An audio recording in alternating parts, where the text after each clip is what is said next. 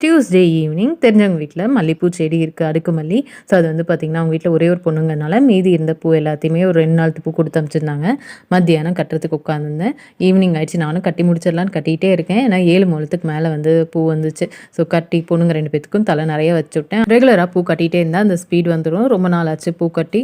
அதனால வந்து கொஞ்சம் லேட் ஆயிடுச்சு. ஆனா பொண்ணுங்க 2 பேத்துக்கும் இந்த பூ வைக்கிறதெல்லாம் பிடிக்காது. ஏன்னா ஸ்கூல்ல சின்னதுலேருந்தே பூ வைக்கக்கூடாதுங்க ரூல்ஸ் இருக்கிறதுனால, அவங்க 2 பேத்துக்கும் அந்த அளவுக்கு இன்ட்ரெஸ்ட் இல்ல. ஆனா நான் ராவடி பண்ணி இன்னைக்கு ஃபுல்லா தலை நெறைய பூ வச்சுவிட்டேன். ஏன்னா இனிமேட்டு ரெகுலரா அவங்க டெய்லியும் பூ குடுக்குறேன்ட்டு இருக்கிறதுனால, பூ வந்து பார்த்தீங்கன்னா வேஸ்ட்டா போயிரும்னு சொல்லிட்டு, இன்னைக்கு அமாவாசைங்கிறனால சாமிக்கு கொஞ்சம் வச்சுட்டு, இவங்க 2 பேத்துக்கும் தலை நெறைய வச்சு விட்டாச்சு. இன்னைக்கு நைட்டு டிஃபனுக்கு கிச்சடி பண்ணிடலாம் அப்படின்னு சொல்லிட்டு, ரவா கிச்சடியும், தேங்காய் சட்னிக்கு தான் ரெடி பண்ணிட்டுருந்தேன். காலையில டிஃபனும் சரி, மத்தியானம் லஞ்சும் சரி, எது எது செஞ்சு குடுத்தாலும் ஓரளவுக்கு சாப்பிட்டுக்குவாங்க. ஆனா நைட் மட்டும் கொஞ்சம் டிஃப்ரெண்ட்டா நல்லா டேஸ்ட்டா வேணும்னு எதிர்பார்ப்பாங்க. ஸோ அதனால இன்னைக்கு பார்த்தீங்கன்னா, வெறும் உப்புமாவா செய்றத விட, இந்த மாரி கிச்சடி செஞ்சு குடுத்தா நல்லாயிருக்கும்னு சொல்லிட்டு, நைட் இதான் வந்து செஞ்சிருந்தேன்.